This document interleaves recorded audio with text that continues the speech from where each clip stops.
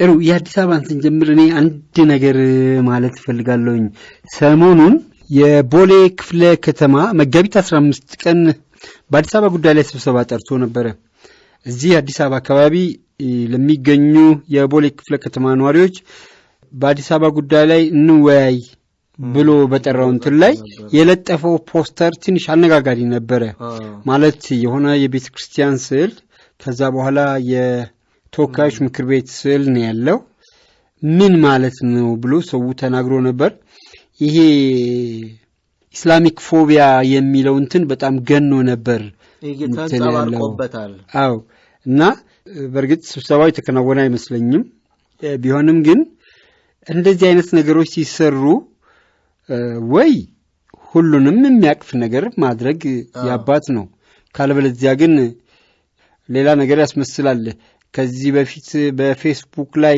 እኛ ይሄ በፌስቡክ ላይ የሚወጡ ነገሮችን እየተከተልን ወደ ሬዲዮናችን ማምጣት አንፈልግም እንጂ ብዙ ነገሮች ይወጣሉ እዛ ላይ ለምሳሌ አንዱ ሙስሊም ስለሆነ ሐሳቡን በመግለጹ ብቻ ሐጅ ከሌ ብለውት ወይንም ጂሃዲስት ሲሉት ሌሎቹ ደግሞ ከጀርባቸው ደግሞ ቢሮአቸው ውስጥ የማርያምንና የክርስቶስን ስዕል ሰቅለው ቢሮአቸው ውስጥ የሚቀመጡት ሰዎች ደግሞ እነሱ ሲናገሩ ኢትዮጵያዊ ይሄኛው ሲናገር ጂሃዲስት ያልተገባ ሲያሜ ትንሽ ያማል እንዲህ አይነቱ ነገር በርግጥ ፌስቡክ ላይ ራሱ ብዙ ከታች ኮሜንቶቹን ለማየት ሞክሬ ነበር ብዙ ነው ኮምፕሌን የቀረበባቸው ቢሆንም ግን እነማን ናቸው የሚያዘጋጁት እንዴት ነው የሚዘጋጀው የሚለው ነገር የተብራራ ነገር ባይኖርልኝም እንደዚህ አይነት ነገሮች መስተካከል አለባቸው ላለው እስኪ የአዲስ አበባ ጉዳይን ያው በአዲስ አበባ እንጀምር ብለሃል እስኪ ጀምረው ለምሳሌ ዳርሴ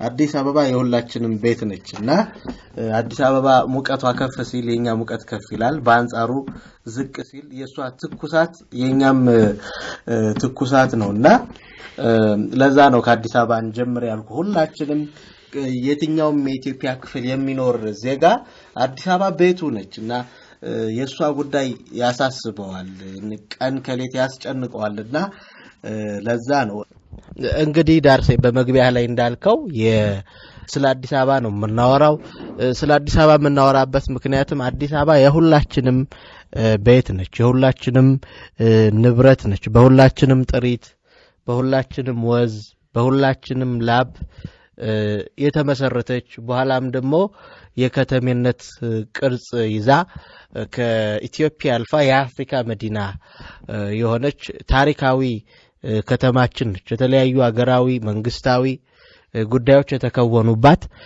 ታሪካዊ ክስተቶች በውስጧ ያሉባት ነች እንግዲህ ሰሞኑን የነበሩት ተጠገባዎች እና ክርክሮች ስንመለከት አጀንዳም የመሆኑ ጉዳይ ተገቢነት ያለው ነው ምክንያቱም አዲስ አበባ የሁላችንም ጉዳይ ነች ጠቅላይ ሚኒስትሩ በጽፈት ቤታቸው አማካኝነት በተዘጋጀው በሸራተን አዲስ በነበረው አዲስ ወግ ፕሮግራም ላይ የባልደራስ ምክር ቤት ወይም ራሱን የአዲስ አበባ ጊዜያዊ ባላደራ ምክር ቤት ብሎ የሚጠራውን ቡድንና ስብስብ ወይም ደግሞ በጋዜጠኛ እስክንድር ነጋ የሚመራውን ቡድን ክፉኛ ነው የወቀሱት ለምሳሌ አዲስ አበባ የሆነ ሺ ሰብስቦ ባላደራ ካለ ኦሮሚያን በቃ ይሄ ኦዲፒ የሚባል የኛ መንግስት አይደለም ፍላጎታችን ይሄን አይደለም ባላደራ ነው ተገንጥለናል ካለ ኢትዮጵያ አትኖርም እንደዚህ አይነት ድራማ ያስፈልገንም አንድ አመት ነው ምርጫ አይቀረው ፖለቲካ አቋም ያለው ሰው ቢፈልግ በግሉ ቢፈልግ በፓርቲ ይፈልገውን አድርጎ ካሸነፈ ምንም ጥርጥር የለውም ከዛ ውጭ ያለው ዝም ብሎ ግን የሚዲያ ደቦ ወደማን ፈልገው ጫወታ ስለሚያስገባን ጥንቃቄ ያስፈልጋል የአዲስ አበባ ነዋሪዎች ከየትኛውም ብሔር ብትሆኑ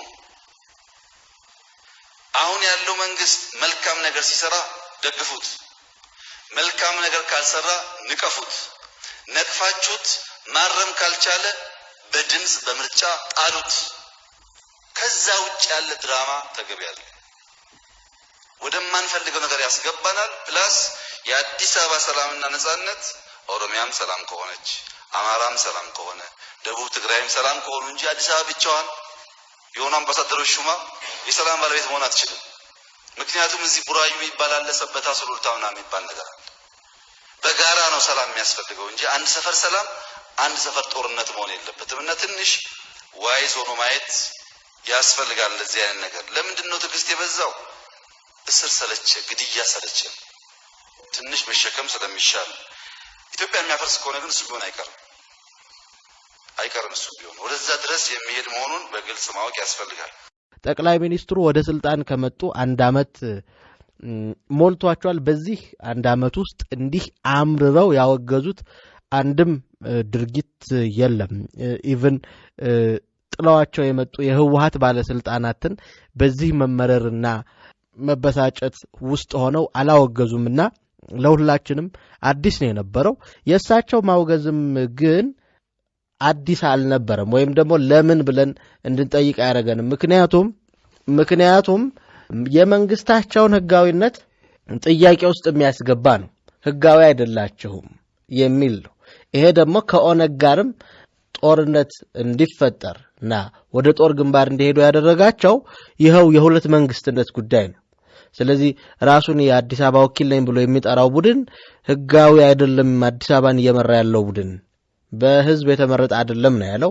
ያ ደግሞ የመንግስታቸውን ህጋዊነት ጥያቄ ውስጥ የሚያስገባ በመሆኑ እንዳልኩትኝ በጣም በተመረረ ሁኔታ ከሳቸው በማይጠበቅ ሁኔታ አግሬሲቭ ሆነው ያንን ማስጠንቀቂያ ሰጥተዋል። እንደው ግን እነማን ናቸው ይሄንን እየመሩ ያሉት ብለን ስንል ቅድም አንተም እንዳልከው የአንድ ቡድን ፍላጎት የአንድ ቡድን ሐሳብ የሚንጸባረቅበት ነው።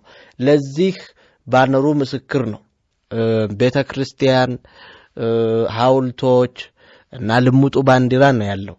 ያ ደግሞ አዲስ አበባ የማናት የሚለውን ጉዳይ በደንብ አክርረን እንድናየው የሚያደርገን ነው። ምክንያቱም እዚያ ላይ ያሉ መገለጫዎች ለምሳሌ መስጂድ የለም።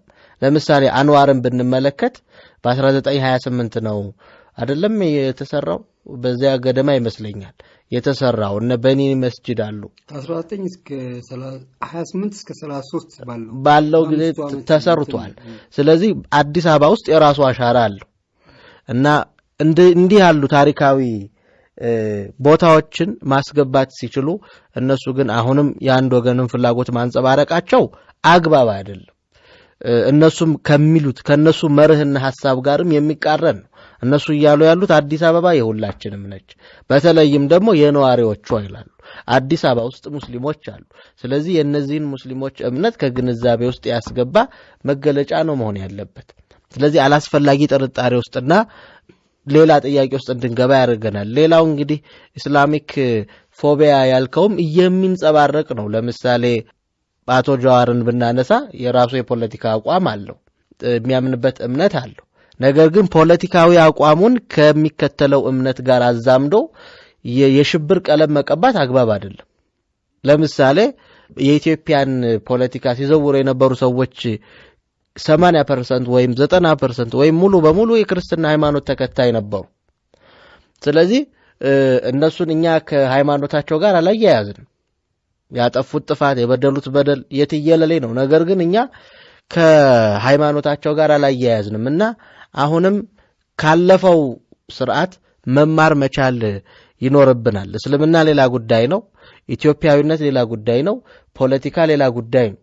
ሁሉም ራሱን ችሎ የሚቆም አጀንዳ ስለሆነ በተለይ በፖለቲካው አስታኮ ሙስሊሙን ለመምታት የሚደረገው ጥረት አግባብ አይደለም። በተለይ አሁን ከለውጡ ጋር ተያይዞ ለውጡ ሁሉንም ዜጋ በእኩል የሚያይ እንደመሆኑ መጠን ይሄ ያረጀ ያፈጀ አስተሳሰብ ነው። ከዚህ አስተሳሰብ ሊቆጠቡ ይገባል። እንደ ማህበረሰብንም በጣም የተሳሰረ የጠበቀ ግንኙነት ነው ያለን። እርስ በርስ በደንብ የምንተዋወቅ ማህበረሰቦች ነንና አላስፈላጊ ወደሆነ ሂደት ውስጥ መገባቱ እኛ እንደ ነጃሺ ዝግጅት ክፍልም አንመክርም፣ ሊቆጠቡም ይገባል። እንደ ግለሰብም የኔም እምነት ይሄው ነውና አሁንም እስልምናን በአሉታዊ መንገድ የመሳል አባዜ ሊለቃቸው አልቻለም፣ ሊለቃቸው ይገባል። ይሄ አቋማችን ነው።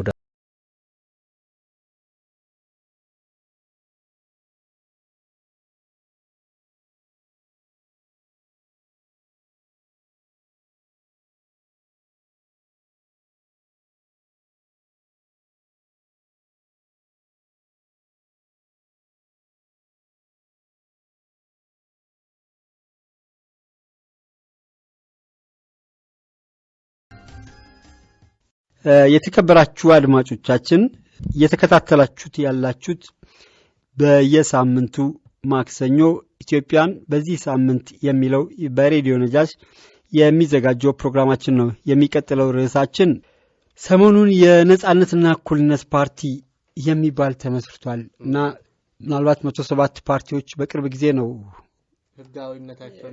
ህጋዊ ሳይሆን የቃል ኪዳን ሰነድ ተብሏል። ከነዚህ ውስጥ ህጋዊ የሆኑ 66 ብቻ እንደሆኑ ነው ምርጫ ቦርድ የገለጸው። ምናልባት እንግዲህ ከትናንትና ጀምሮ 67 ሆነዋል ህጋዊ የሆኑት ፓርቲዎች። የቀሩት ፕሮሰስ ላይ ናቸው ማለት አብዛኛዎቹ ከውጭ የመጡ ናቸው። እነዚህ አገር ውስጥ የነበሩት ኦሬዲ ምርጫ ቦርድ የመዘገባቸው እነዚህ የተመዘገቡ ስለሆኑ ነው 66ቱ ያላቸው። ከዛ በኋላ መጥተው የተመዘገቡ ካሉ እና ብዙ ሰዎች ይህን ሐሳብ ያነሱ ነበር። 107 ፓርቲ 107 የፖለቲካ ድርጅት ባለበት ሀገር ላይ አሁን ተመልሶ እንደገና ይሄን ያህል ፓርቲ ብዙ ባለበት ቦታ ለምን ፓርቲ ያስፈልገ የሚሉ ሰዎች ሊኖሩ ይችላሉ። ለማንኛውም የነጻነትና እኩልነት ፓርቲ ለየት ባለ ሁኔታ መጥቻለሁ ብሎ ራሱን በይፋ እንትን ብሏል። ከዚህ የሚቀጥለው ፕሮግራማችን እሱን የተመለከተ ይሆናል። እንግዲህ ዳርሴ የዚህ የነጻነትና እኩልነት ፓርቲ መመስረት ለውጡ ከሰጠን ፍሬዎች አንዱ ነው። አሁን በነጻነት የፖለቲካ ፓርቲዎች እንዳሻቸው የሚፈነጩበት የሚሰሩበት ከህዝባቸው ጋር የሚገናኙበት ነው በአንጻራዊነትና የዚህ ፓርቲ መመስረት በአገራችን ለሚደረገው የዲሞክራሲ የነጻነት የፍትህ አይነት ትግል አንድ ጡብ ሆኖ አንድ አስተዋጽኦ እንደሚያበረክት ነው ተስፋ ማደርገውና እንዲህ አይነት ፓርቲዎች መመስረታቸው አገሪቱ ላይ ለሚደረገው ሽግግርም እንበለው ለውጥም እንበለው ትልቅ አስተዋጽኦ ነው የሚኖረው። ይሄ ፓርቲ ለየት ያለ ነው የማስበው ብዙዎቹ ከማህተምና ከቢሮ አለፍ ሲል ደግሞ በየአመት ከ6 ወሩ መግለጫ ከመስጠት የዘለለ ሚና የላቸው። ይሄ ግን የራሱን መተዳደሪያ ደንብ እንደገና መመሪያ ያለው አገሪቱንም የሚመራበት ስልጣን ቢዝ ወንበር ቢዝ ፕሮግራም አለውና ቀደም ብሎም ነው ያዘጋጀውና ይሄ መሆኑ ያለውን ዘመናዊ አደረጃጀትና አርቆ ሐሳቢነት የሚያሳይ ነው። የተቃውሞው ጎራ ለመዳከሙ አንዱና ትልቁ መንስኤ አገር የሚመሩበት ፕሮግራም የላቸው። የሚታይ የሚዳሰስ የሚጨበጥ ፕሮግራም የላቸው። አገሪቷ ወዴት ነው የምትሄደው? ምን ያስፈልጋታል? ህዝቧ ምን ይመስላል? የሚሉ መሰረታዊ ጉዳዮች ላይ ዳተኛ ሲሆኑ ይታያሉ። ህዝቡ በሚፈልጋቸው ወቅት ይሸሻሉ። አስፈላጊውን መስዋዕትነት አይከፍሉም። ብዙዎቹ የተቃዋሚ ፖለቲካ ፓርቲዎች በግለሰብ የሚዘወሩ ናቸው። ያ ግለሰብ ነዳጁ ሲያልቅና ሲቆም ይቆማል ፓርቲው። ያ ግለሰብ ደግሞ አቅም አግኝቶ ሲጋልብ ያም ፓርቲ በዚያ ፍጥነት ይጋልባልና ተቋማዊ አሰራርም የላቸው።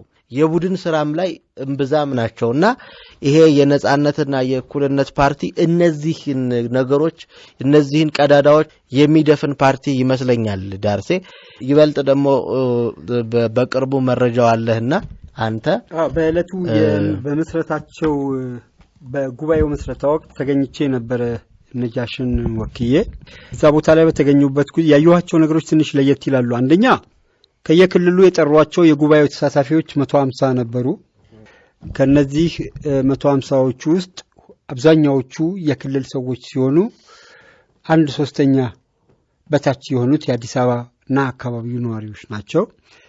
በሌላ በኩል 250 ገደማ ነው በነገራችን ላይ በእለቱ በመክፈቻው ላይ የነበረው ሰው። እያንዳንዱ ሰው ሲገባ መተሪያ ደንቡ ፕሮግራሙ ለሁሉም ነው የተሰጠው። ኢቭን በእለቱ በእንግድነት የተገኙት የፖለቲካ ፓርቲዎች ሁሉ ፕሮግራሙ እና መተሪያ ደንቡ ሁሉ ተሰጥቷቸዋል። እኔ ደስ ያለኝ ነገር እሱ ነው። በግልጽነት የሚያምን ፓርቲ መሆኑን ማለት ለሌላው ፓርቲ ሁሉ አሳልፎ ነው የሰጠው። ምናልባት ወደፊት ድሉን ካገኘን የፓርቲውን ሊቀመንበር እናነጋግራለን የሚል ሐሳብ አለኝ። ከተሳካልን ፈቃደኛ ከሆኑልን እሳቸውን እናነጋግራለን። ግን ምንድነው ያሉት በመክፈቻ ንግግራቸው ላይ ፓርቲውን ስንመሰርት ከዛሬ 6 ወር በፊት በኢትዮጵያ ጉዳይ ላይ እያንዳንዱን ሴክተር በተጠና መልኩ ነው የተዘጋጀንበት የኢንዱስትሪውን ክፍለ ኢኮኖሚ ምንድነው የሚጎለው የእርሻውን ክፍለ ኢኮኖሚ በሚገለው ትምህርቱን በእያንዳንዱን በኢትዮጵያ ውስጥ ምንድነው የሚያንሰው ህዝቡ ምንድነው የሚፈልገው ምንድነው የሚጎለው ምንድነው ያለው ምን መስራት ይችላል ምን ማድረግ ይችላል እና እያንዳንዱን በባለሙያ አስጠንተው ነው እና አንድ ትልቅ መድብል የሚያክል መጽሐፍ ነው ሁለቱም ፕሮግራማቸው መተሪያ ደንባቸው በርግጥ መተሪያ ደንባቸው የኢትዮጵያ ምርጫ ቦርድ በሚያወጣው ህግ መሰረት ነው እንትን የሚለው ፕሮግራማቸው ግን የፓርቲው ፕሮግራም ነው ፓርቲው ወደፊት ያው ፓርቲ ማለት እጩ መንግስት ነው በሚስ ጊዜ የሚፈጽማቸው ነገሮች ነው እና ይሄ ፓርቲ በደንብ ተዘጋጅቶ የመጣ ከሌሎች ፓርቲዎች ጎድለው የነበሩ ነገሮች የዛለትም በእለቱ በክብር እንግድነት ተገኝተው የነበሩት 7 ወይ 8 የሚገመቱ የፓርቲ ኃላፊዎች እንደገለጹት ከሆነ ከዚህ ፓርቲ ጋራ ነገ ተጣምረው በህብረትም በአንድነትም በግንባርም ከፍተኛ ስራ ሊሰሩ እንደሚችሉና ደስ እንዳላቸው ነው የገለጹት እና ፕሮግራሙን ሁሉ በግልጽ አድሎ ለሁሉም ኢቭን ለጋዜጠኛ ሁሉ ሰጥቷል ፕሮግራሙ ምናምን ሁሉ ትንሽ የሚያሳዝንህ ነገር እኛ ሀገር ጋዜጠኝነት የቲፎዞ ጉዳይ ይመስለኛል ማለት የሚያቆው ካልሆነ በስተቀር ወይንም ህዝብ ያዳምጠዋል ብሎ ራሱ ካልደመጠ በስተቀር ህዝብ ይሄንን ነገር ቢያዳምጠው ብሎ የሚሄድ ጋዜጠኛ ያለ አይመስለኝም እና የኢትዮጵያ ዜና አገልግሎት ኢቲቪ እና አንድ የግል ሚዲያ ነው የተገኙት እና በጣም ነው ያዘኑት ሌሎች ሚዲያዎች አልተገኙም ግን በጣም ሰክሰስ ነበር በጣም ደስ የሚል ነበር የራሳቸው መዝሙር ነበራቸው ፍላጋቸውን አስመረቁ እዛው ሲጀመር በኢትዮጵያ መዝሙር ነው የተጀመረው ኢትዮጵያዊነት የተቀነቀነበት እንዲሁም ደግሞ ከለውጡ በኋላ የተከናወኑት በሀገራችን እየተፈጸሙ ያሉት እኩይ ተግባራት ሁሉ ተነስተው ጉዳት ለደረሰባቸው ሐዘን የተገለጸበትና ይህ ለውጥ እነዚህ ሰዎች እንዴት የተሻለ ነገር ሊሰራ ይችላል ለነዚህ ሰዎች የሚለውንም የታወሰበት ነበር ለዛሬው በዚህ ርዕስ ላይ በዚሁ እናብቃ የተከበራችሁ አድማጮቻችን የዛሬው ፕሮግራማችን በዚህ ያበቃል በሚቀጥለው ሳምንት ሌሎች ሀገራዊ ጉዳዮችን ይዘን እስከምንቀርብ ድረስ ወሰላሙ አለይኩም ወራህመቱላሂ ወበረካቱ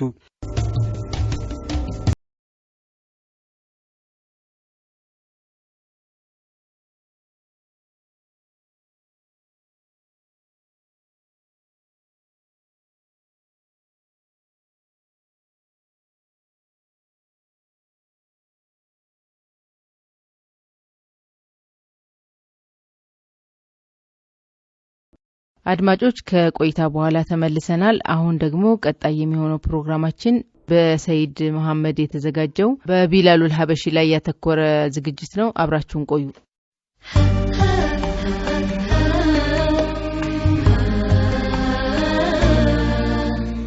የቢላል ቀን መቼ ነው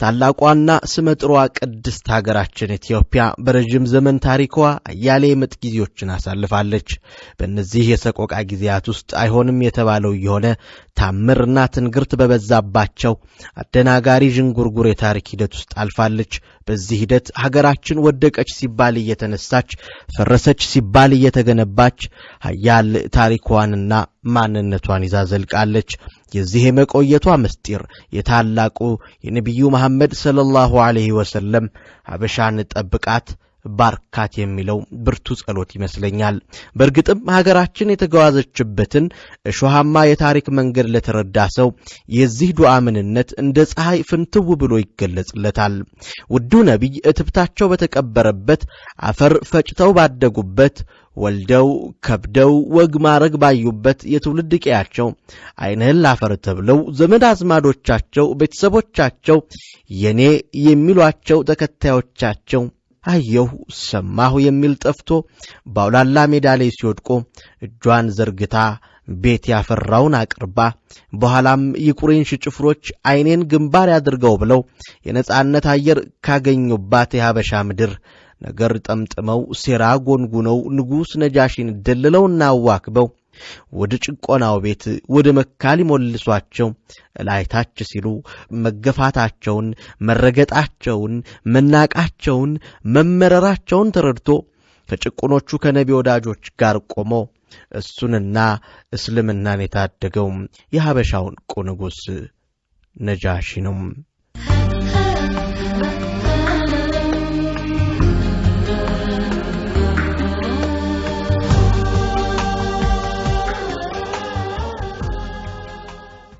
የኢትዮጵያና እስልምና በማይበጠስ ውል የተሳሰሩ የአንድ ሳንቲም ሁለት ገጽታዎች ናቸው።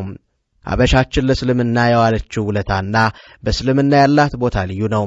ማንበብና መጻፍ የማይችሉት ታላቁ ነብዩ መሐመድ ሰለላሁ ዐለይሂ ወሰለም በተገለጸላቸው አምላካዊ ራእይ አማካኝነት ነበር ሰሃቦቻቸውን ወደ ኢትዮጵያ የላኩት።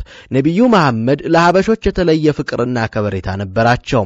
ይህንንም ለንጉስ ነጃሺ የትዳር አጋር የምትሆነውን እንስትና ስጦታ ከመላክ ጀምሮ ወደሳቸው የተላኩ የሐበሻ መልእክተኞችን ቆመው በማስተናገድ የእውነት ምድር ሲሉ የጠሯትን ካልነኳችሁ አትንኳቸው ያሉላቸውን ህዝቦቿን መውደዳቸውን አስረግጠዋል። ይህ ፍቅር ዘመንና ትውልድ ተሻግሮ አያሌ ኢትዮጵያውያን ሐጅ ለማድረግና ቅድስቲቱን የነብዩን የትውልድ ስፍራ ለማየት ያለ ስንቅና ትጥቅ ጋራ ሸንተረሩን ሐሩርና ቁሩን ተቋቁመው በባዶ እግራቸው ወደ መካ እንዲጓዙ አድርጓል። አያል ፍቅራቸውን ከተግባር አልፈው በተዋበ ጥዑም ግጥምና ዜማ በመንዙማቸው እንዲስሉ አንጎራጉረውታል። የመዲናውን ባየነው አይኑን ጸጉሩ የሚመስለው የሐር ጉንጉን ሰላምታ ልከናል ከአርደል ሐበሻ አሁን እንመጣለን አላህ ቢሻ ብለው የናፍቆታቸውን ኃያልነት ገልጿል።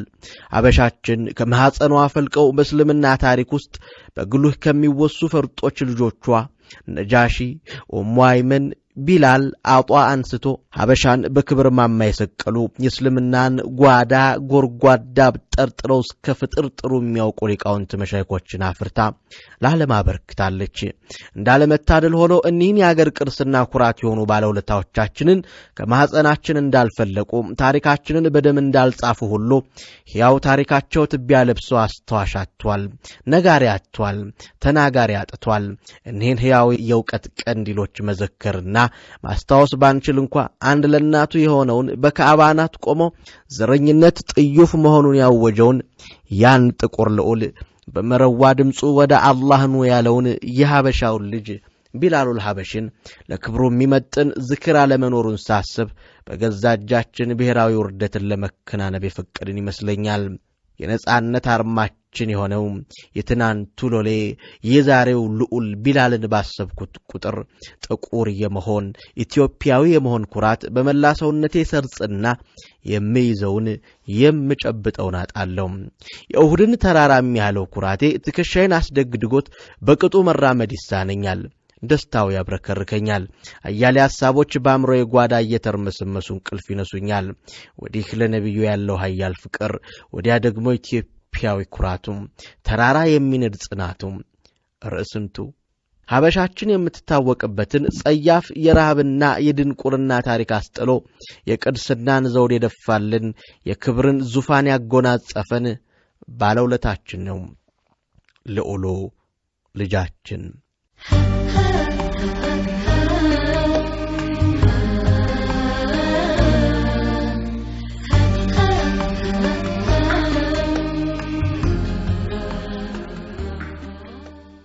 የኢችናት ሐበሻና የሐበሻ ከዋክብት መጽሐፍ ደራሲ የሆኑት ሼክ መሐመድ ኢብራሂም በ1985 እንደ አውሮፓውያን አቆጣጠር በሐጅ ስነ ስርዓት ላይ ያጋጠማቸውን አጃኢብ ክስተት አይዘነጉትም። እንዲህ ያውሱታል። ሐጅ ሰርቼ ድክሞኛ አረፍ ለማለት ወደ አንድ ጥግ ቁጭ አልኩ። አጠገቤ ከነበሩ የተለያዩ ሀገራት ዜጎች ጋር ለመተዋወቅ ከየት ሀገር ነህ መባባል ጀመርን። እናም እኔን ከየት እንደመጣሁ ጠየቁኝ። እኔም ከሐበሻ ምድር መምጣቴን ነገርኳቸው። እነሱም ድንገት ከተቀመጡበት በመነሳት የነጃሺን፣ የቢላልን፣ የኡሙ አይመንን ታሪክ እየጠቀሱ አቅፈው እየሳቡኝ እጅግ አለቀሱ። እኔም ታሪኬን ባለማወቄ ተቆጨሁ ይላሉ ሼክ መሐመድ ኢብራሂም። በአንድ ወቅትም እንዲሁ ዕውቁ ዓለም አቀፍ ዳኢ ዶክተር አይድ ቀርኒ እዚህ ኢትዮጵያ በመጣበት ወቅት ስለ ሀበሻ እንዲህ ብሎ ነበር።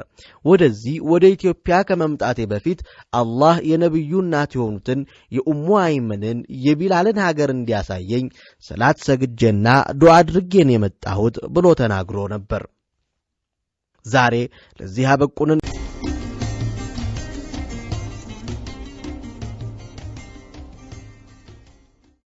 ጥሩ የአዲስ አበባን ስንጀምር እኔ አንድ ነገር ማለት ፈልጋለሁኝ። ሰሞኑን የቦሌ ክፍለ ከተማ መጋቢት 15 ቀን በአዲስ አበባ ጉዳይ ላይ ስብሰባ ጠርቶ ነበር። እዚህ አዲስ አበባ አካባቢ ለሚገኙ የቦሌ ክፍለ ከተማ ነዋሪዎች በአዲስ አበባ ጉዳይ ላይ እንወያይ ብሎ በጠራው እንትን ላይ የለጠፈው ፖስተር ትንሽ አነጋጋሪ ነበር። ማለት የሆነ የቤተክርስቲያን ስዕል ከዛ በኋላ ተወካዮች ምክር ቤት ስዕል ነው ያለው። ምን ማለት ነው ብሎ ሰው ተናግሮ ነበር። ይሄ ኢስላሚክ ፎቢያ የሚለው እንትን በጣም ገኖ ነበር ተንጸባርቆበታል። አዎ እና በርግጥ ስብሰባው የተከናወነ አይመስለኝም። ቢሆንም ግን እንደዚህ አይነት ነገሮች ሲሰሩ ወይ ሁሉንም የሚያቅፍ ነገር ማድረግ ያባት ነው። ካልበለዚያ ግን ሌላ ነገር ያስመስላል። ከዚህ በፊት በፌስቡክ ላይ እኛ ይሄ በፌስቡክ ላይ የሚወጡ ነገሮችን እየተከተልን ወደ ሬዲዮናችን ማምጣት አንፈልግም እንጂ ብዙ ነገሮች ይወጣሉ እዛ ላይ።